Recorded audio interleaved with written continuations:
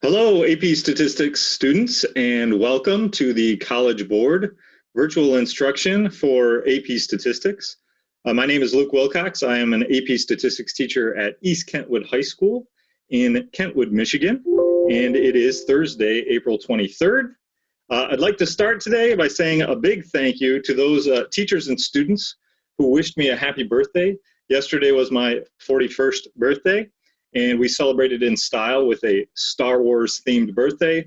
My children made me this excellent Luke Skywalker cake, and then we watched Return of the Jedi, and I'm feeling very grateful at age 41 to be where I am today and to be with you all today. So thank you for that.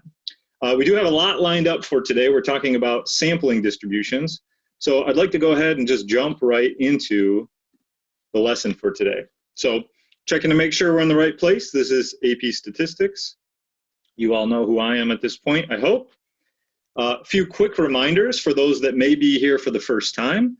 This is a daily meeting that we have at 2 o'clock Eastern Standard Time.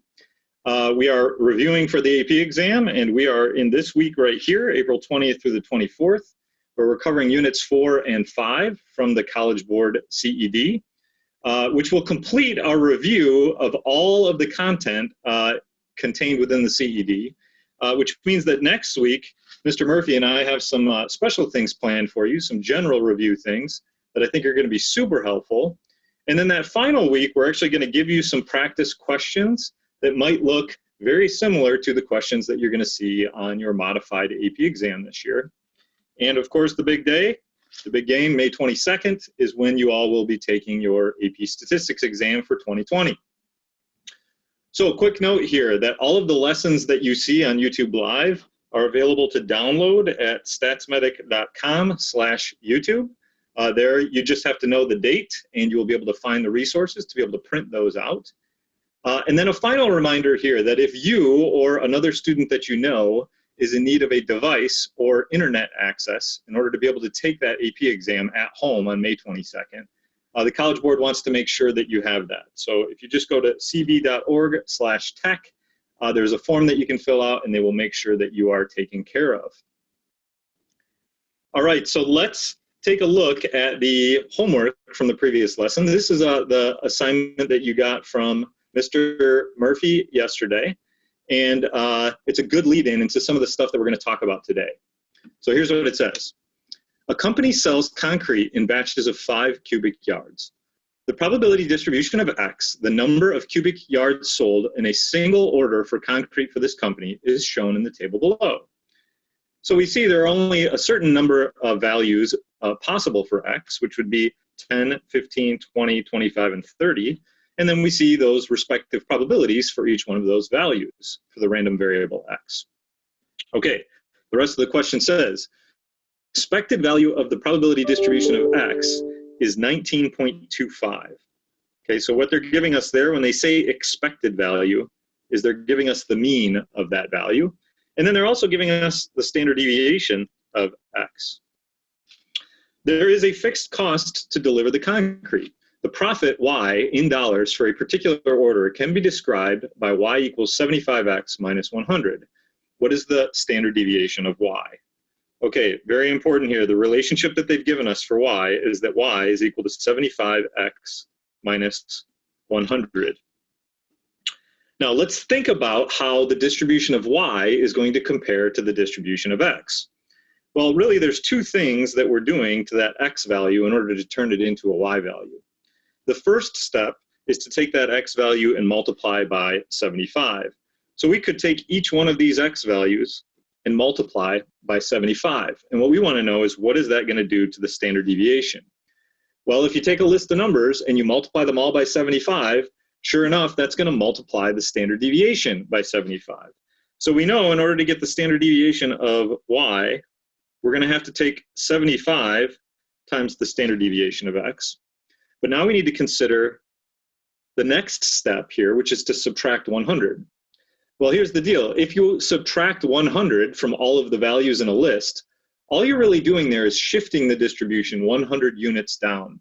That's not going to change the variability. So really, this part here does not have an impact on the standard deviation of Y. And sure enough, this is all we need in order to find the standard deviation of Y. So I'm just going to take 75 times the standard deviation of x, which we know from the problem is 5.76, and we are going to get a standard deviation of y equal to $432. So looking at my answer choices over here, I can see that B is the answer that I'm looking for. Now, the most common incorrect answer, I will tell you for sure, because I've seen students make this mistake, is they will subtract 100 because they think that this minus 100 also subtracts 100 from the standard deviation, which is not true. So this is definitely the incorrect response there. The correct answer is B. So hopefully you did okay with that. And I think we are now ready to talk about some new learning for today. So here is the quick lesson overview where I will start with the learning targets. And there are 3 of them today. The first 2 are very parallel, so let's take a look. Learning target number 1, describe the sampling distribution of p hat and then p1 hat minus p2 hat.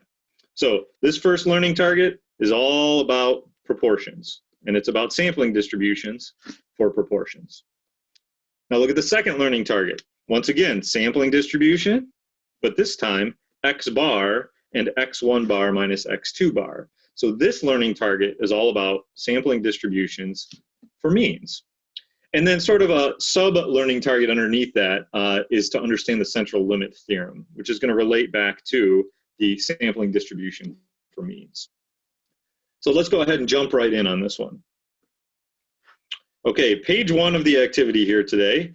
The question that we're trying to answer is, do you like Reese's Pieces? And I will be honest with you, my 11-year-old daughter, Reese, yes, her name is Reese, guess what? Her favorite candy is Reese's Pieces. And one day she claimed to me that she really likes the orange ones better than the other 2. Now, I'm not convinced that that's true, but I started to wonder about the distribution of the color of Reese's Pieces. And I looked it up, and it turns out that the candy manufacturer claims that 40% of the candies are orange. So they're not equally distributed, okay? So first of all, you can see we are in the world of proportions here. 40% is our proportion that's being claimed for the whole population of all Reese's Pieces. And so let's be careful with our notation here. The notation we should be using here is P for the true proportion for the whole population, right? As opposed to p hat, which would be the sample proportion. So we're going to use an applet to simulate taking random samples of 50 Reese's Pieces. Well, this very clearly is our sample size, and we're going to use lowercase n to represent that sample size of 50. So here's the definition of the random variable. It says let n equal the number of orange candies in a sample. Number of orange candies. So we're looking for how many out of those 50 are orange. So question 1 says use the applet to take 100 samples of 50, sketch the results below. So I'm going to take you now to the applet, and you can just follow along on your screen here. And you can find this on the internet if you just type Reese's Pieces applet. This will be the first one that comes up. And I've already set our probability of orange to 0.4 and our number of candies to 50. And let's just go ahead and take one sample and see what it looks like. And what I really like about this applet is that there is an animation so you can physically see the random sample of 50 Reese's Pieces. And we're splitting them into 2 buckets, the orange ones and then the not orange ones. And then you can see here that the applet will count up the number of orange candies, in this case 16 out of the 50. And then down here on the bottom, you can see it's putting a tiny little dot right at 16. So let me show you one more of these. We're going to take another random sample of 50 Reese's Pieces, count up the number of orange Reese's Pieces, and for this particular sample we got 19. And down here you can see that there is a dot that appears at 19. Now the nice thing about technology is that we can do many, many samples very, very quickly, and we want 100 total, and we've already done 2. So I'm going to add 98 more samples here, making sure to unclick the animation, otherwise we'd be watching this for the rest of the hour here. I'm going to draw those samples real quick, and here is the distribution. And so let's notice a couple of things here. First of all, it appears that the center of this distribution is, looks like it's about 20. and as low as maybe 10 is the lowest value, 29 is the highest value. And I'm starting to see a little bit of a normal distribution here. In fact, I can click this, and it shows me that there is a little bit of a normal distribution that's appearing there. So let's go ahead back to the activity, and let's copy this down. And here's the thing. We don't have to copy it exactly what we saw. We just need the general idea of what that looked like. So here's what I remember. I remember that the tallest stack of dots was at about 20. So I'm just going to draw some dots at 20. I knew the lowest one was maybe about 10 and the highest one was maybe about 29. And then it appeared to have somewhat normal distribution. Certainly not perfect, but I'm just going to sketch this in. And this just has to be a sketch. Certainly does not have to be exact to what you see in the applet. This is just giving us an idea of what this distribution looks like. So the first question to answer here is name the distribution. Well, I'm hoping that this looks very familiar to the lesson that we went over on Tuesday, where we talked about binomial distributions. Sure enough, this is in fact a binomial distribution.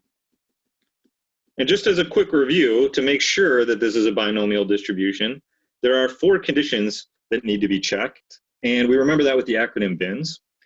B stands for binary. So each trial is a success or failure. In this case, a success is orange and a failure is not orange.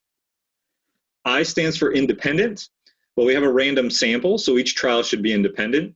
And because we're sampling without replacement, the 10% condition should be checked.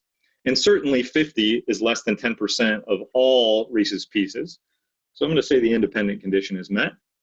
And the number of trials is fixed. Well, here the number of trials is 50 because we're sampling 50 Reese's Pieces. And then S, we have the same probability of success for each trial. And the probability of success here we know is 0.40. And so that condition is satisfied. So we have a binomial distribution. So we're going to be able to use some things from Tuesday to help us answer the rest of the questions for this distribution. Now, what does each dot represent? Well, let me take like this dot right here, for example. What does that dot represent? Well, it represents a random sample of 50 Reese's Pieces, and then we count the number that are orange. In this case, there were 12. And then this dot represents a different random sample of 50 and counting up the number of orange. And this is a different random sample, and this is a different random sample, and this is a different random sample. So to answer the question here, what does each dot represent? It represents one sample of 50 Reese's Pieces. And then what we're going to do with that sample is we're going to count the number of orange. And we are calling this random variable n. And so what we have in this distribution is many, many samples, right? So there is another name that we could give this distribution, and that is what's called a sampling distribution. And in this case, each dot represents a different n value. I'm going to call this the sampling distribution of n. Now, a little bit of a disclaimer here. In order for this to be the true sampling distribution of n, we must have all possible samples of size 50. Well, obviously, there's like an infinite number of samples of size 50, so we don't have the true sampling distribution here. But you know, I think that these dots give us a good enough idea about the sampling distribution that I'm comfortable calling it a sampling distribution, even though it's not the true sampling distribution of n. Now, I'd like to be able to describe that sampling distribution. And let's start with the shape. And we've already mentioned here that we think that the shape of this thing is approximately normal. And actually, if I remember back to the lesson from Tuesday when we talked about binomial distributions, there's actually something that we can check to make sure that the normal approximation is appropriate here. That's what's called the large counts condition. And remember, the large counts condition says that n times p, 50 times 0.40, which is 20, and then n times 1 minus p, which is 30, has to be greater than or equal to 10. And that's really telling us the expected number of successes and the expected number of failures are both greater than or equal to 10. And sure enough, they are here. And so I'm comfortable saying that this distribution is approximately normal. So that takes care of the shape. Now let's talk about the center of the distribution by thinking about what the mean is. And just by looking at the picture here, I can see that the mean is 20, right? You can very clearly see that. But if you recall from Tuesday, we did have a formula for calculating the mean of a binomial distribution, which is n times p. And actually, we know n times p over here is equal to 20. So that confirms our answer and what we see in the dot plot there, that 20 is the mean of this distribution. Now let's go ahead and move to the standard deviation of the distribution. And once again, I'm going to go back to our previous lesson on Tuesday. There is a formula for calculating the standard deviation for a binomial distribution, which is square root of n times p times 1 minus p. So all we have to do here is plug in some numbers. Square root of n is 50, p is 0.40, and 1 minus p is 0.60. And if you plug that into your calculator, you're going to get a standard deviation of 3.6. Now, one little warning here is that when you're plugging in a number for n, you want to be careful that you're using the sample size there. And often students will have trouble deciding whether it should be 100 or 50. We want the sample size, not the number of samples. So 50 is the appropriate value for n, which is what we used in our calculations. So we are ready to move on to number 2, which says, let p hat equal the proportion of orange candies. Notice what's changed here. We are no longer looking for the number of orange candies. We are looking for the proportion of orange candies in the sample. So the question is, what needs to be done to each value of n to change it into p hat? Well, if I look at my values for n, which represent the number of orange candies, and I want to change that into a proportion, all I need to do is divide by the sample size, 50. So the answer here is that we just need to divide each n value by 50, and that'll change it into a proportion. So number 3 says, in the applet, change from the number of orange to the proportion of orange. So I'm going to take us back to that same applet that we were using, and we've still got our dot plot here. And what I'm going to do is I'm going to change from the number of orange candies into the proportion of orange candies. And what I want you to do is I want you to watch this dot plot here. Okay, watch what changes. So here we go. I'm going to go ahead and change to proportion. And what did you notice? Let me do it again. There's the number of orange candies. There's the proportion of orange candies. Hopefully what you noticed is that the dots did not change at all. They were exactly the same as they were before. But what changed was the values on the x-axis. Instead of being the number of orange candies, we now have the proportion of orange candies. So let's go ahead and copy that into the activity here. And once again, this is just a sketch. And hopefully you noticed in our simulation there that 0.40 was right about the center of the distribution. So I know I had my tallest number of dots there, and I had dots as low as this and maybe as high as this. And really what I'm trying is to copy the dot plot from above, but just put it on the new scale here where we have proportions instead of the number of orange candies. All right, so there we go.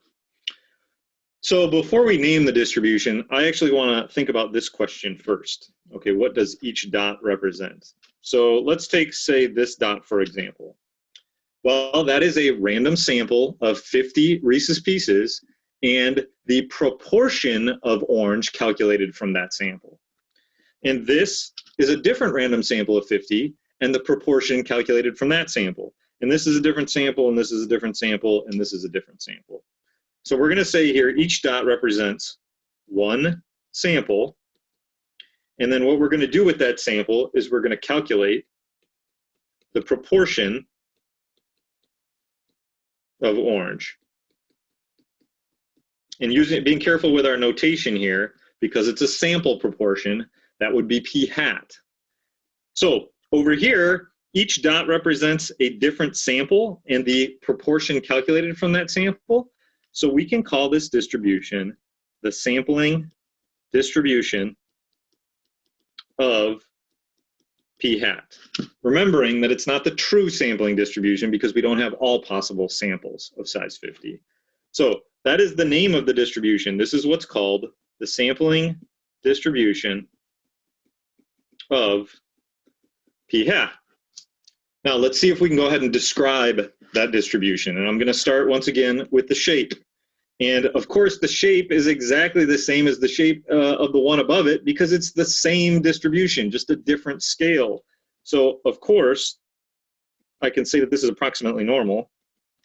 And my justification would be the large counts condition. We already checked that above. So the large counts condition also allows us to say that the sampling distribution of p hat is approximately normal. All right, now let's move to the mean of the distribution. Okay, the mean of the distribution. Well, let's think about this. What did we do to all of the values here in order to turn them into these values here? We divided each one of them by 50. So what do you suppose that's going to do to the mean? Probably going to divide it by 50. So what I'm going to do is I'm going to take the mean from above, which was 20, and I'm just going to divide it by 50, and that's going to give me 0.40, which sure enough is exactly the value we see at the center of the sampling distribution. And so this is actually giving us an important formula here. It's the formula for the mean of the sampling distribution of p hat. And what we did was we started with the formula for the mean of a binomial distribution, which is n times p, and then we divided it by 50. Well, in this case, if we're generalizing, we're dividing by the sample size. The n's cancel out, and what we end up with is that the mean of the sampling distribution of p hat is just equal to p, the true proportion. Okay, let's go ahead and move to the standard deviation. And we want to know the standard deviation of the distribution. Well, once again, what did we do to all of these values to turn them into these values? We divided them by 50. What do you think is going to happen to the standard deviation? It's going to be divided by 50. So I'm going to take my standard deviation from above, 3.46, and I'm just going to divide it by 50, and that's going to give me an answer of 0.07 for my standard deviation. Now let's see if we can generalize that into a formula here. Okay, the formula for the standard deviation of p hat. Well, we started with the formula for the standard deviation of a binomial distribution, which is the square root of n times p times 1 minus p. And then we divided it by 50. Well, to generalize, we're going to divide it by n.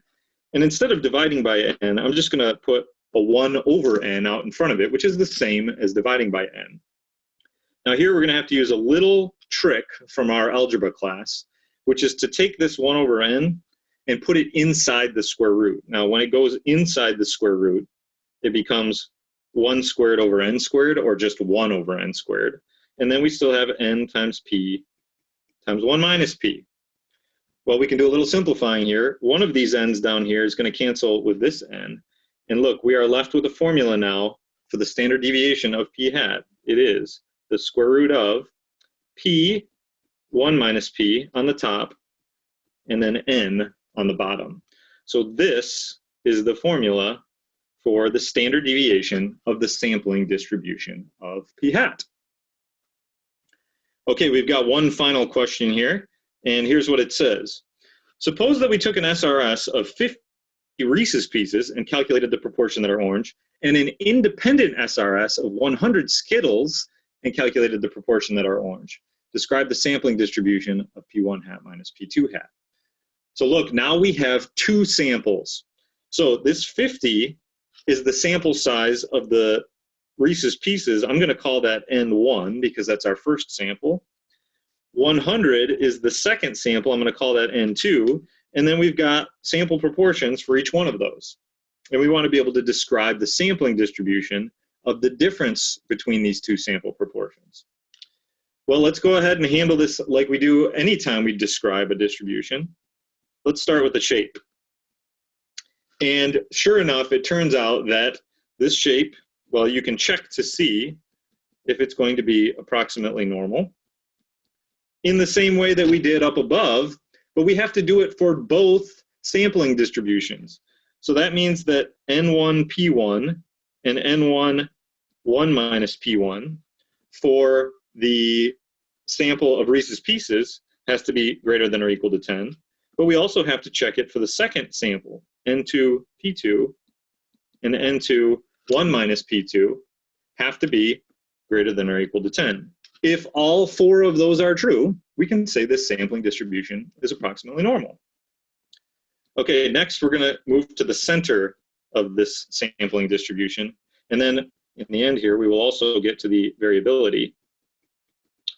Now, in order to get some formulas for the center and the variability, I have to take you back to something that Mr. Murphy talked about yesterday when you were talking about combining random variables. And here's what we're going to do. We're going to think of this as being random variables here. And what we're doing is we're taking the difference between two random variables, x minus y. And if you recall from yesterday's lesson, if you want to get the mean of the difference between two random variables, very straightforward. You just take the mean of x minus the mean of y. So that means for us, if we want to get the mean of P1 hat minus P2 hat, we just need to take the mean of each one of those distributions and subtract. And we know from above this formula here that the mean is just the true proportion. So we have the true proportion for the first population minus the true proportion for the second population. And there is our formula for the mean of the sampling distribution of P1 hat minus P2 hat. Now for variability, once again, you got to go back to yesterday's lesson with Mr. Murphy. And hopefully you remember that when you have the difference between two random variables, it actually increases the variability. There's more variability. And so the question is whether you want to add the standard deviations or add the variances. And very important here, one does not simply add standard deviations. What we do add is we add the variances. So we know here that we want to go ahead and add the two variances. So the formula is to get the variance of x minus y. We do the variance of x plus the variance of y. Now what that looks like here, if I'm trying to find the standard deviation of P1 hat minus P2 hat, I need to add variances. Well, right here, I have the formula for standard deviation. In order to turn that into a variance, I'd have to square it. Well, squaring it is just going to get rid of the square root. So the square root goes away, and what we end up with is P1, 1 minus P1, all over N1. That's the first variance, plus the variance of the second population, P2, 1 minus P2, all over N2. Now that's giving me the variance. In order to now turn that back into the standard deviation, I need to take the square root of that big long formula there. And so now we have our formula for standard deviation. So a lot of formulas that you see here, but no fear, these formulas are in fact provided for you on the formula sheet for the AP exam. So if you go to the second page of the formula sheet, the very top here, you are going to see all of the formulas that you need for the sampling distribution for proportions, which is what we just talked about. So if you have one sample or one population, there's your mean and there's your standard deviation. And then if you have two samples, there's your mean and there's your standard deviation. And those match with the formulas that we came up with in the activity. So that completes page number 1, dealing with proportions. You probably know what's coming ahead here on page number 2. We are now going to enter the world of means. So there's a little bit of a setup, and we're going to use a different applet for this one. So here's what it says. Follow along with me. Reese's Pieces are available in snack-size bags. Assume that the number of total candies in each bag follows a normal distribution with a mean of 16 and a standard deviation of 5. Okay, let me pause right there. The mean of 16, now they're talking about the mean of the population of all bags of these snack size. So we're going to use the right notation here, which is mu, and we know that's equal to 16. And then this is the standard deviation of the population, so we're going to use sigma, and we know that's equal to 5. So we will use this applet to simulate taking random samples of snack-sized bags. All right, so here we go. Let x equal the total number of candies in a randomly selected snack-sized bag. Sketch the distribution below. Okay, you're going to have to see what this looks like in the applet here. So let me jump over to the applet. And this is the applet that we're going to be using here. And that first distribution that you're seeing right on the top there, that's the distribution of all of the bags of snack size Reese's Pieces, counting up the number of total candies in each bag. And sure enough here, you'll see that on average, there's going to be 16 candies in each bag with a standard deviation of 5. So they're calling this the parent population. We're going to call it the population distribution. And so the first thing we need to do in the activity is we sketch this distribution here. And once again, this is going to just be a sketch, does not have to be perfect, but we clearly know that it looks like a normal distribution. So we know 16 is the mean, so I'm going to draw the biggest bar at 16, and then the bars get lower and lower as we move to the right, and they get lower and lower as we move to the left. So it looks something like this. And don't worry about that being perfect, just get the general idea down there. And first we want to name the distribution, and I told you already, we are going to call this the population distribution because it represents the population of all snack-sized bags of Reese's Pieces. Now, what does each black box represent? Well, you can't really see it in the applet, but there's really a bunch of black boxes stacked on top of each other here.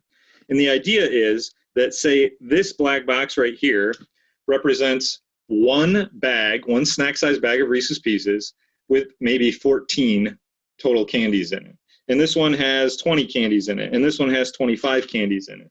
So we're going to say that each black box represents one snack-sized bag, and what we're going to do is we're going to count the total number of candies. And we're calling that random variable x. Okay, let's talk about, or see if we can describe this distribution now. The first thing that we want to talk about is the shape of the distribution, and we actually already know that the shape of this distribution is approximately normal.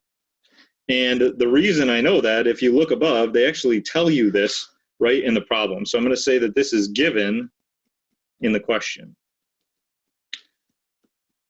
Okay, we are given that the population distribution is approximately normal. Now, what does the mean?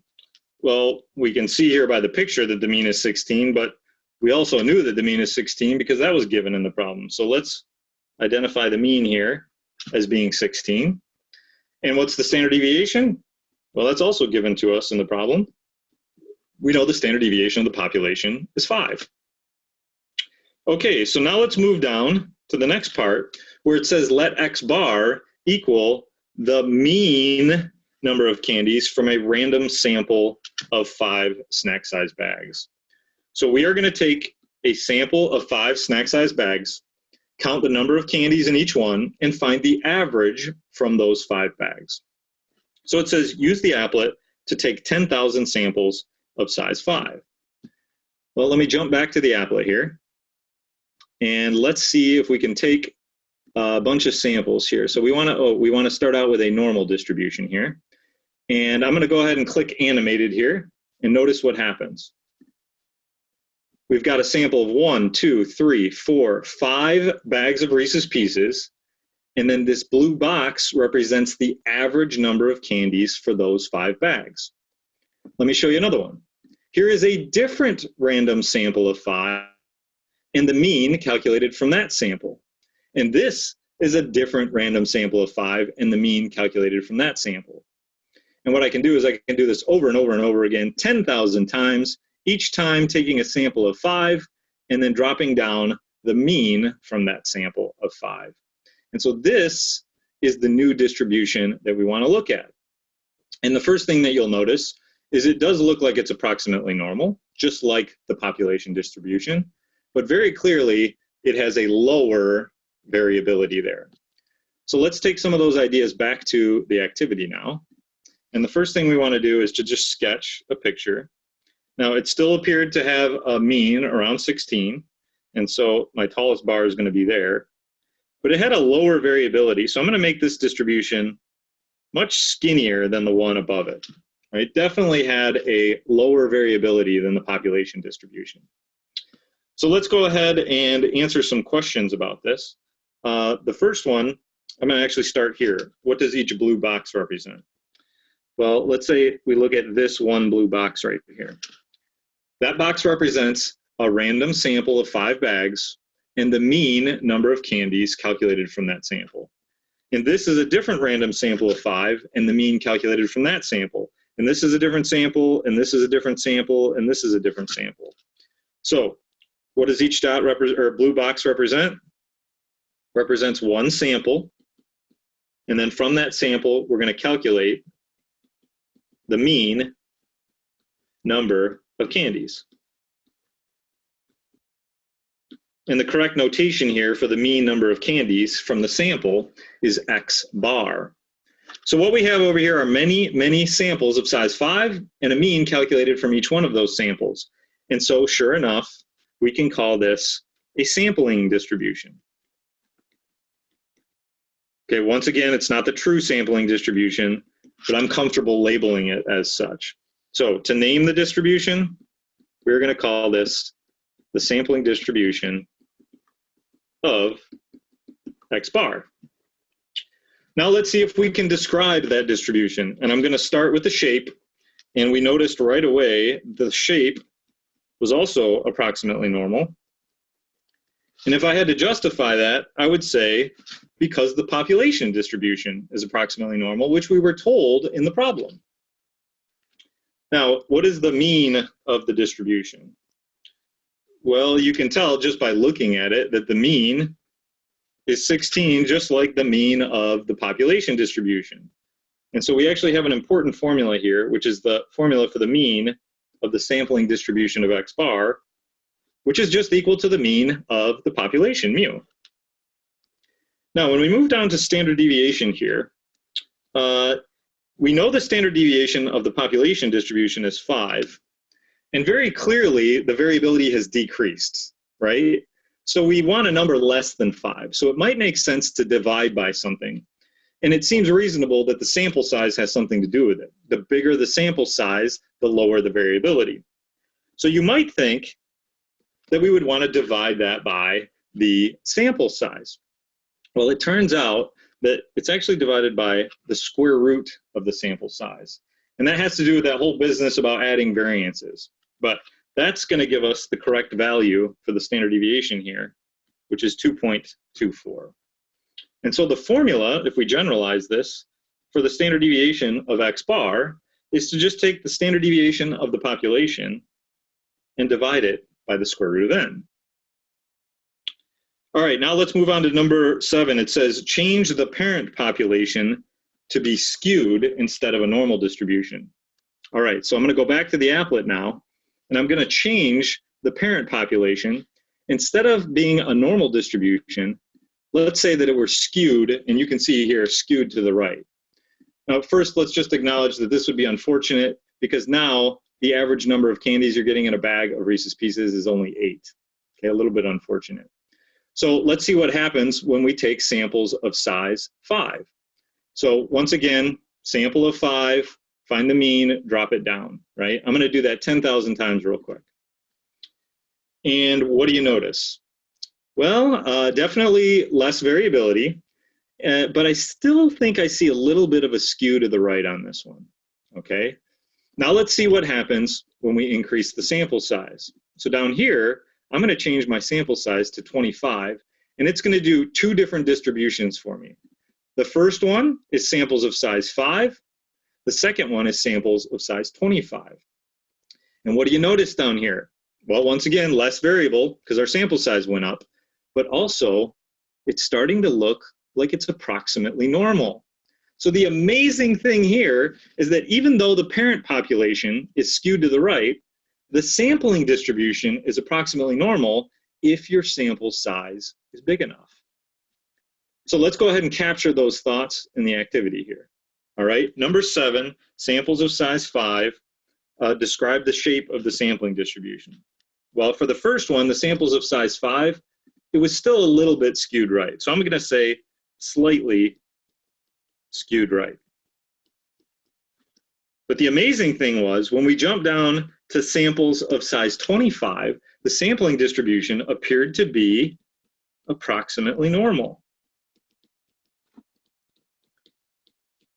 So number 9 says, what happens to the shape of the sampling distribution as the sample size increases? Well, here's the deal. As the sample size goes up, the shape of the sampling distribution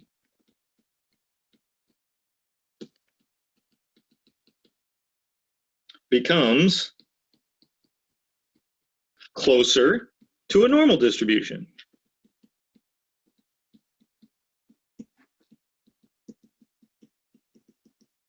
And this very, very impressive fact is one of the biggest ideas in introductory statistics and is what is called the central limit theorem. The central limit theorem says as your sample size increases, the sampling distribution gets closer and closer to normal, no matter what the population distribution looks like. Skewed left, skewed right, bimodal, doesn't matter. Now, how big of a sample size do we need in order to be comfortable saying the sampling distribution is approximately normal? Kind of depends on who you ask or what book you look in. One of the generally accepted values is that if n is greater than or equal to 30, you're usually pretty safe there. All right, last question here, number 10. Suppose that we took an SRS of 25 Reese's Pieces snack-sized bags and calculated the mean number of candies, X1 bar, and an independent SRS of 40 Skittles snack-sized bags and calculated the mean number of candies. Okay, you can see the parallel to what we talked about on the previous page. We now have 2 samples. So let's go ahead and talk about the shape, the center, and the spread for this distribution. And I'm going to write it as variability here. Okay, first of all, for the shape, we're going to hope that somehow we can arrive at the fact that it is approximately normal. And there are a couple of different ways to arrive at that, which I will summarize when we get to the important ideas. Now, for the center of the sampling distribution here, we want the mean of X1 bar minus X2 bar.